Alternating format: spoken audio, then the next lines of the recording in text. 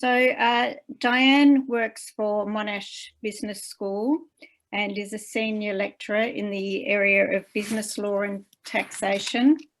So Diane is involved with the Monash Energy Institute and focuses on energy justice, which is examining and trying to balance the competing areas of economy, politics and environment in terms of energy. Currently, Diane has been doing research into how taxation change could benefit the uptake of electrical vehicles in fleets. And today she's going to talk to us about that research and where it goes from now. But also, Diane is going to talk to us about COPs. She has been to 2 COPs. So it will be really interesting to hear her experience and what is the value of these meetings. And I have to tell you that Diane is a person who is not only involved in issues of environmental concern, the climate, the environment professionally, she's also somebody who lives it. So locally, she has been very involved, instrumental in one of the local environment groups, and in her own lifestyle, she's very sustainable. So I'd like to thank Diane for coming today. It's a great pleasure to actually have you with us today. So I'll hand over to you. Good, thanks very much, Sue. And what I'll do, I'll just first of all share my screen. And is that right? Everyone see it? No. Yes? Yep. Great. Okay, yep. So look, I've got 2 sets of slides, but I realise that I'm only speaking for 20 minutes, so I'll definitely keep in within that time frame, maybe 10 minutes on the COP and 10 minutes on my research to do with electric vehicles.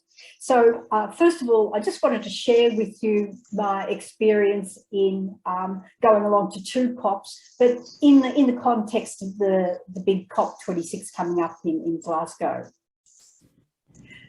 So, and I'll just move this across a little bit. Okay, so I'm just going to give you an overview here, and I might even just put my timer on just so I don't go over and that I keep to the time. So first of all, I'll be covering the workings and importance of a UN climate change conference and the benefits, not only to me, but to people like yourselves, of engaging with such a conference. So first of all, some insights. So I went along to the COP in 2018 in Katowice in Poland, as well as the 2019 COP in Madrid. And of course, the one in 2020 was cancelled, and I was planning to go along with Monash to the one in Glasgow, but that simply hasn't eventuated. But we will certainly be engaging virtually with that particular conference. So what does COP mean? It's all about the community of partners. And if you can think of COP in terms of 3 concentric circles. So on the outer circle, we have what's called the constituencies. And that's where groups such as people from Monash Uni, people from Zonta, people from Greenpeace, people from the World Wildlife Fund. There's a whole lot of these constituencies that can apply and go along to these COPs. And the idea is that these grassroots organisations, and universities being, considered a grassroots organisation, can go along and discuss a range of issues to inform the final discussions by government bodies. So that's the outer core. If we go one step in, what we've got is government-sponsored pavilions. So again, the COPs are big. There's thousands of people that go along. It's a huge undertaking, and various countries set up pavilions to demonstrate their work through industry or through government in the context of climate change innovation. And unfortunately, Australia has never had a pavilion at one of these COPs, but a range of countries have. You've got even China's had a pavilion. New Zealand in collaboration with various Pacific islands, India, Japan. There's a whole range of countries with pavilions, UK, demonstrating their innovations, their technological innovations with regard to climate change.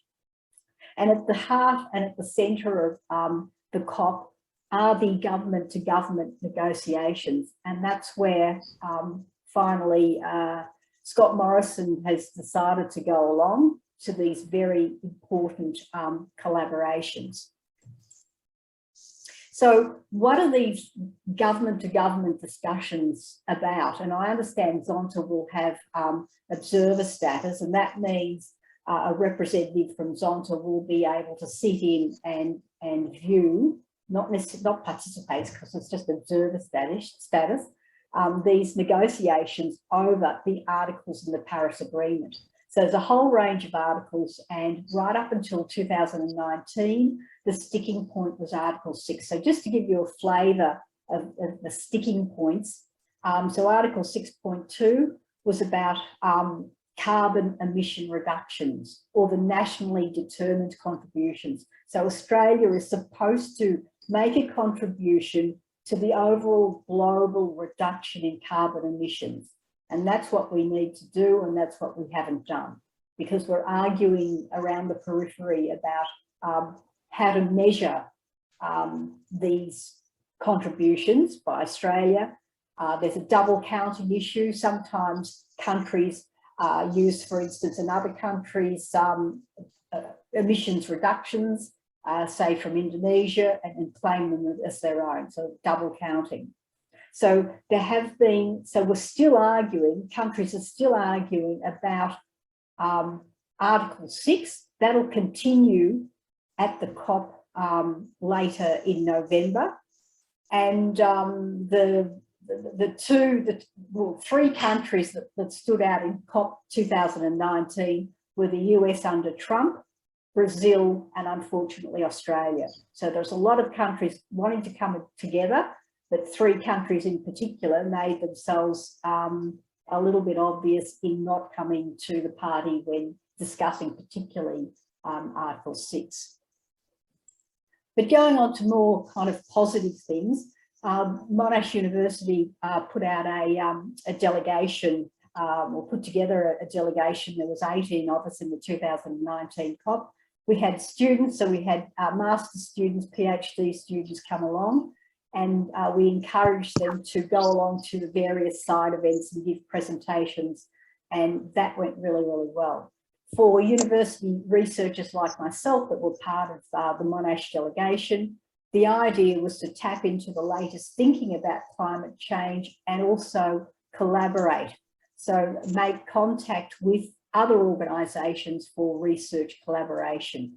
And so, whereas us grassroots participants may not have been there in the country-to-country negotiations, there were plenty of opportunities for us to participate. And that was the great thing about COP. The great thing about COP is the opportunities for people to participate. And even in this year of COVID, there's still virtual participation available. We had a booth at the COP both in 2018, 2019, and that was great fun, lots of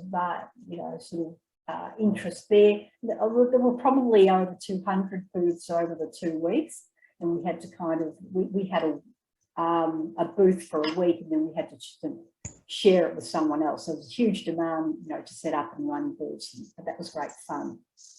And finally, my takeaway from the 2019 COP was to consider, what area of research I might pursue as a result of all my observations from the 2019 COP. And I thought, okay, I decided to look at water and climate change as a research agenda item. And I made contact with other like-minded researchers. So there was Lisa, Rob and Jagdeep. They were researchers from University of South Australia, University of Auckland and University of, I'm just trying to think, Canterbury, I think it was. So we basically looked at tax as a solution for water, irrigation and scarcity, quality and sustainability. And we had case studies looking at the Murray-Darling Basin here in Australia, the Tasmanian irrigation system, and the irrigation system in Canterbury, New Zealand. So that's all I really want to say about the COP. So I'll take a couple of questions before going on to my electric vehicles research. Anyone wants to ask questions, or we can save them until the end? I think we'll probably save the questions until the end. What do you reckon? Be good? Yep. Yep. Okay, no problem. So Okay, we'll keep going. So I'll just bring up the second set of slides.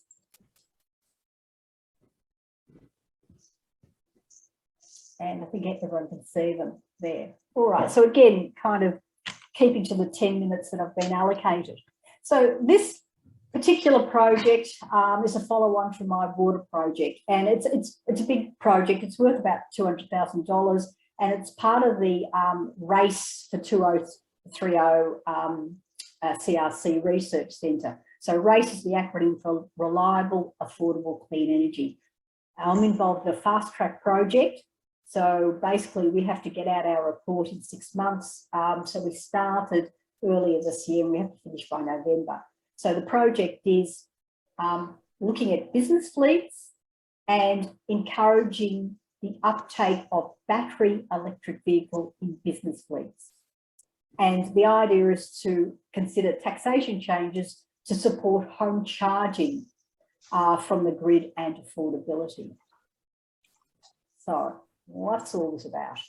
Okay, so because I'm with the Monash Business School, it had to be a business problem, and that was the RACE mandate. We had to try and research a business problem. More on that in a moment. I'll be sharing with you the approach to the research and our outputs, which are generally on track. They'll be out in November this year. So the business problem is concerning the uptake of battery electric vehicles. And so we're looking at business fleets because they are accepted generally as an effective pathway for early adoption of battery electric vehicles. And this is in the literature and generally accepted that the bulk of the cars on the roads in Australia, and I'm talking light passenger vehicles and vans, are business fleet cars. But the problem is the uptake of battery electric vehicles in business fleets is low due to the low levels of fleet charging infrastructure. This is infrastructure at site, and the affordability of BEVs. They are expensive. So our question is, can taxation changes provide a solution to the cost of charging infrastructure for fleets as well as affordability? So there's two parts to the problem that we're looking at. So the first limb of the problem are the charging infrastructure facilities. They're low in various business fleets around Australia. However, so far research has found that 47% of fleet vehicles are home charged.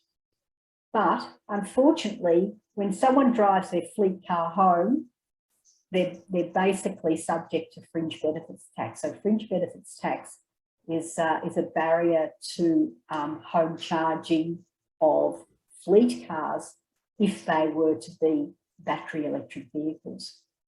So we're considering the business use of individual fleet employees home for charging as a stopgap measure until business builds up charging infrastructure back at the business site. So our project's investigating, first of all, how a fringe benefits tax currently discourages home charging of battery electric vehicles, and how we could change fringe benefits tax to preference battery electric vehicles over the lower priced internal combustion engine cars. So we're looking at a case study, for instance, of a Kona, $60,000 compared to a comparable petrol diesel car, which is $30,000. So there's almost a $30,000 price differential there. And also we're looking at how income tax changes could encourage home charging. So the second limb of the project is to look at affordability. And can there be subsidies or grants to lower home charging costs? What about income tax concessions for affordability to incentivise the uptake of battery electric vehicles? So we're putting up these proposed tax changes and their effect on total cost of ownership of a car. And that's what fleet managers look at. They look at the capital cost of a car, 60,000 compared to 30,000. And they also look at the operating costs, and together it's called total cost of ownership. And that's why, again, we've selected business fleets to look at, because they're rational. They look at the cost as opposed to consumers that look at colour, that look at, whether they're leather seats. Business looks at the cost, and that's why we've selected to look at business fleets, because number one, they're rational, and number two, the bulk of the vehicles out on the road are fleet vehicles. So we'll make an impact if we can get our results accepted and up and running. So how are we going to do this? So as researchers, obviously one of the things we do is look at the literature, what's been done previously in this space, because there's no point in replicating work that's already been done. And if work has been done of a similar nature, is there a gap? Can we make a contribution to what's already out there, but contribute something unique? And so, for instance, we're looking at the literature on the suitability of private homes for smart charging, access to lower energy tariffs for battery electric vehicle charging, that sort of thing. Now, if you look at this little table here, it just gives you a snapshot of how far behind we are in Australia. So the leaders are Norway, the Netherlands, Germany, and the UK. I've just picked four countries as an example, okay? Populations there, it's roughly comparable. Okay, in terms of the average grams of CO2 per kilometre from vehicles, Norway leads at 59.9 grams of CO2 per kilometre, and we've got 185. There's a huge difference. Even compared to the UK, that are doing really well, they emit 127.7 grams per kilometre for their light vehicle cars, and we're 185. In terms of GDP per capita, we're comparable. Norway's up there because of the oil and gas revenue that they've managed to save in their future fund. And so all of that the government's put aside to address climate change and things such as getting electric vehicles on the road. So Norway are the leaders, but they're unique. But that doesn't mean to say Australia compared to the Netherlands, Germany or the UK can't get up there, but we are way behind at this point. In terms of our methods, how we're going to go about this research, first of all, we've undertaken what we call qualitative interviews. And we've conducted interviews of ASX-listed companies and their fleet managers, as well as local councils, statutory authorities, and private companies.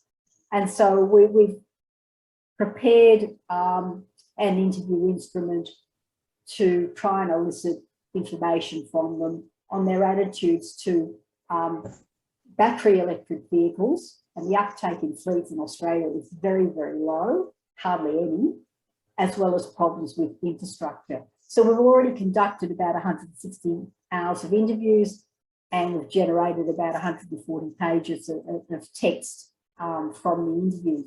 So we're conducting this qualitative research. It's called inductive research, as opposed to the deductive nature of quantitative research, where answers to hypotheses lead to claims in the nature of statistical generalizations about broader populations.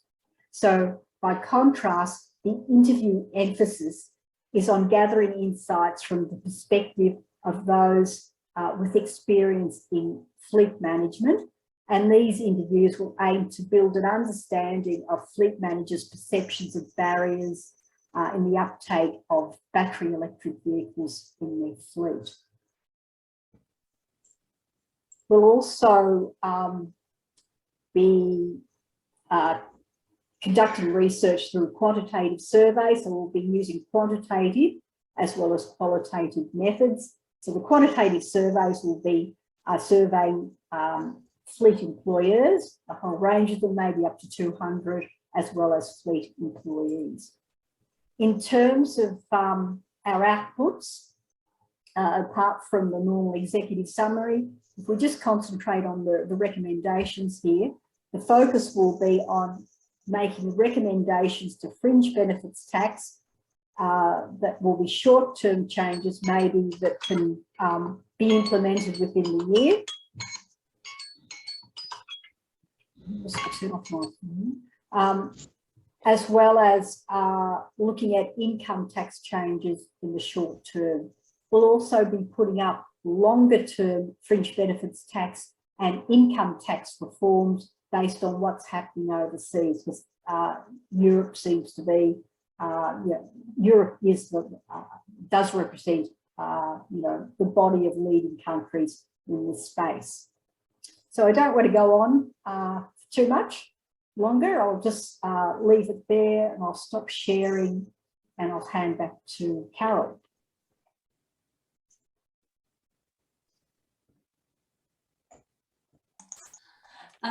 Thanks, Diane. It's really good to get an appreciation of where you're at.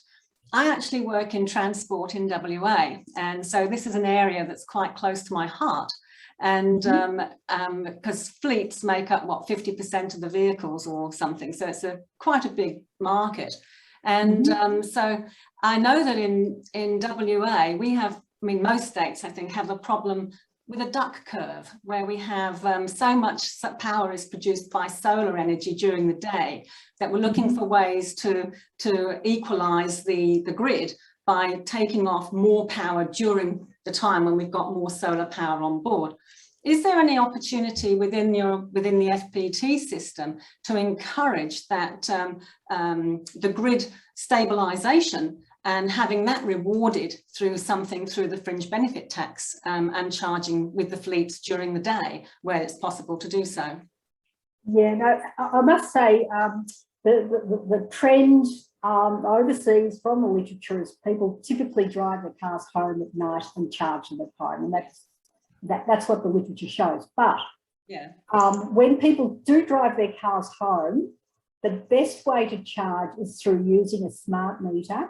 So in a lot of states, there are better tariffs, from 10 o'clock at night. So typically people drive their cars home and just plug them in at 6 o'clock, where you get the higher tariff. So if you do use something like a smart meter, you can tap into that lower tariff.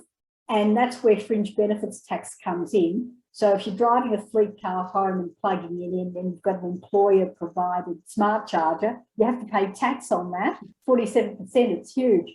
But that's one of our recommendations, that fringe benefits tax should not apply to smart chargers for fleet vehicles charged at home. That would be brilliant if that came off.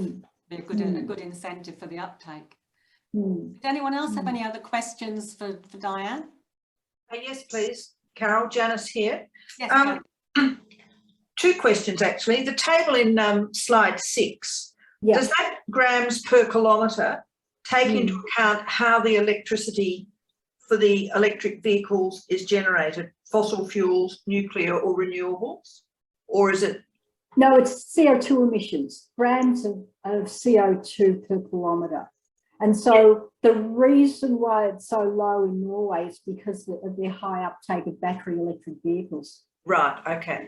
But I was just thinking, does that table take into account the CO2 emissions from the manner in which the electricity is generated or not? Or is that too complicated? No. Tailpipe emissions, no. So, okay. Yeah. Thank you for that. Emissions, and the second question was really whether what's going to happen to your report and recommendations I mean, you'll publish it. Will it only go to the academic community, or do you intend to send it out to think tanks, the political class, politicians, bureaucrats, etc.? Yes, and that's part of being part of the CRC, the race CRC, that we do share our work with the wider community. And we're on target to get that report out into November.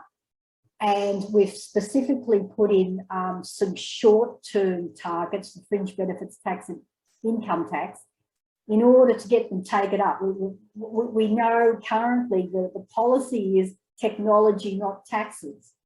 That's been made quite clear. So that's why we're a little bit surprised that our research got up, because it's 50% Commonwealth funded, because our slogan is technology and taxes. So, but in answer to your question, yes, we will certainly be sharing it with people other than academics, and the report is written in a style that will be accessible to a range of people, not just the academic community. Thanks very much, Diane. That's great. Any other questions that people may have? I have. Yes, sir. So, Diane, how useful, and you don't have to answer this if you don't want to, but how useful is it Scott Morrison going to Glasgow, which he should, but without us having a carbon tax? Like, is there any way that we're really going to get there if we don't have a carbon tax? No, I think it's really important now that Scott Morrison has finally made the decision to go to Glasgow. I think it's such an important global event. And I can tell you what, in 2019 at the COP in Madrid, it was so embarrassing being an Australian, because the week I was there, Australia was awarded, Fossil of the Week. Yeah. I'm kind of used to travelling overseas and being very proud of being an Australian, but the developments over the climate change, or the non-developments over Australia's climate change policy, has been a real embarrassment. And Scott Morrison needs to be there and listen to what other people have got to say on the matter, even though he says that, we make our own decisions. I think the message has finally got through that we have to have a climate change policy that commits to net zero by 2050. And actually, the real problem is 2030. 2050 is a nice little stepping stone, but if you want to be serious, it's 2030. Any other questions that were there? Yes, Sheila. Yeah, can you hear me okay? Yes, we can. Thank you. Okay, good. Couldn't tell how, yeah. Anyway, I have actually two quick questions, Diane, and it involves the US. I think you had mentioned that at that conference that you were out early this year, the US did not attend? Yeah, this is the Madrid 2019. So Nancy Pelosi was there, but Trump wasn't. You really needed Trump. Okay. Was Zonta represented at all? No? I'm not sure. There was a lot of organisations, a lot of grassroots organisations that were given observer status, and it was just a matter of applying. Okay. Yeah. So my last question is, the SDGs that you mentioned were originated by the UN, and it's specific to what you're talking about. I've been taking notes rapidly. I hope I can remember the questions.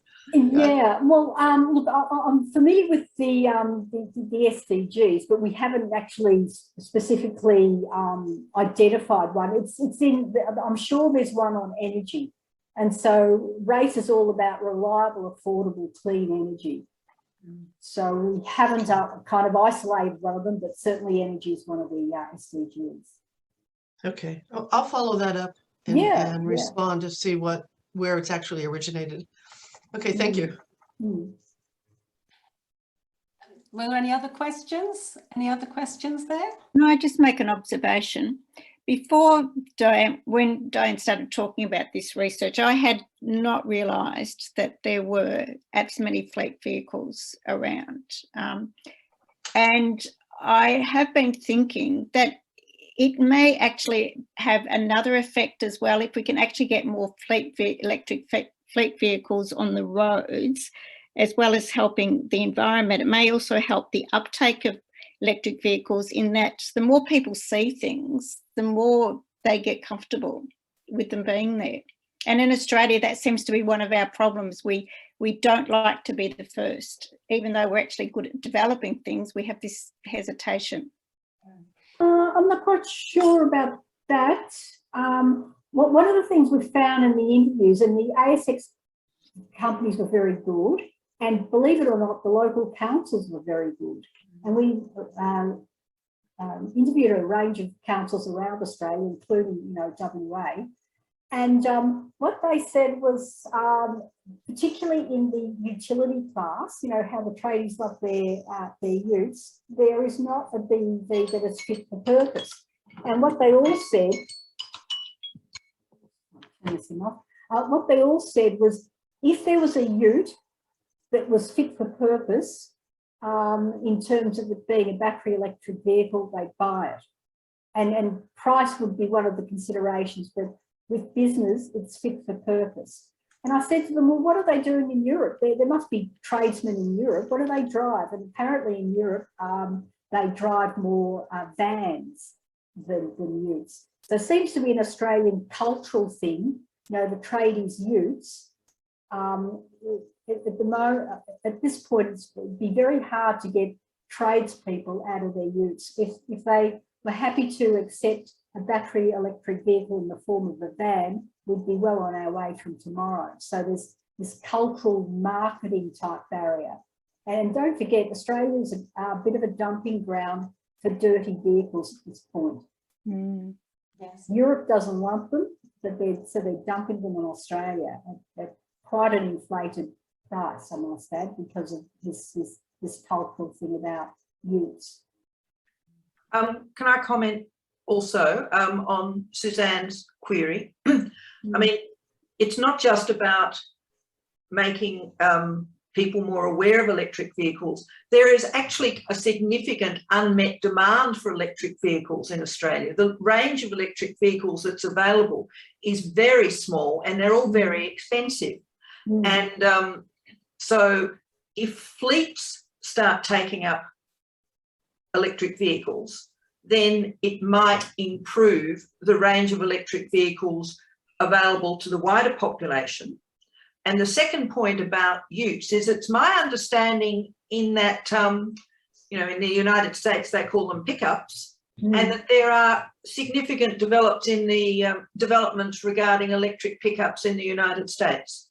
So it's not just that, it's not that you can't make them, it's just that our traditional suppliers maybe haven't thought of producing them in Australia because, they say there's no demand, but that's because there's not enough of them. So it becomes a sort of vicious circle rather than a virtuous circle. I must say the sort of utes that our tradesmen in Australia buy are quite different from the utes that I've observed in the US. The US are super big utes. But we're a small market. So again, the European manufacturers, they've got no motivation to design a ute that's battery electric. So it's not so much that the business wants these cars, but we're not being supplied them, again, because of government policy. There has to be not only taxation change, but regulatory change in terms of CO2 emissions. So at the moment in Victoria, we've got a road user tax on battery electric vehicles. To my way of thinking, there should be a road user tax on petrol diesel vehicles. But people know politically that's not going to happen today, but that is what's happening in Europe. The Europeans have really, for a number of years now, I'm talking 15 years this has been happening in Europe, that they've progressively built up policies to get petrol diesel cars off the road, and certainly in Norway, the sale of petrol diesel cars is going to be banned from 2025, and in the UK by 2030. So we are so far behind, and it's government policy. Well, I think that's given us a lot of pause for thought there, Diane. I mean, we want to have improved emission requirements in Australia and better fuel efficiencies, and all the taxation things all add to that picture to help with the uptake of EVs, which is a great thing to move along with. We really appreciate you coming along to highlight those things for us today. Is there any final last questions before we wrap up this little area? Making sure. Okay, no, that's fine. So, okay then, well, Diane, that is brilliant. I think that professionally I might actually get in contact with you because we've been doing things with Race and I Move over the years, so it's really nice to put a face to the names of what you see in the papers. So it's thank you so much for coming along today and sharing us some of the experiences of what you've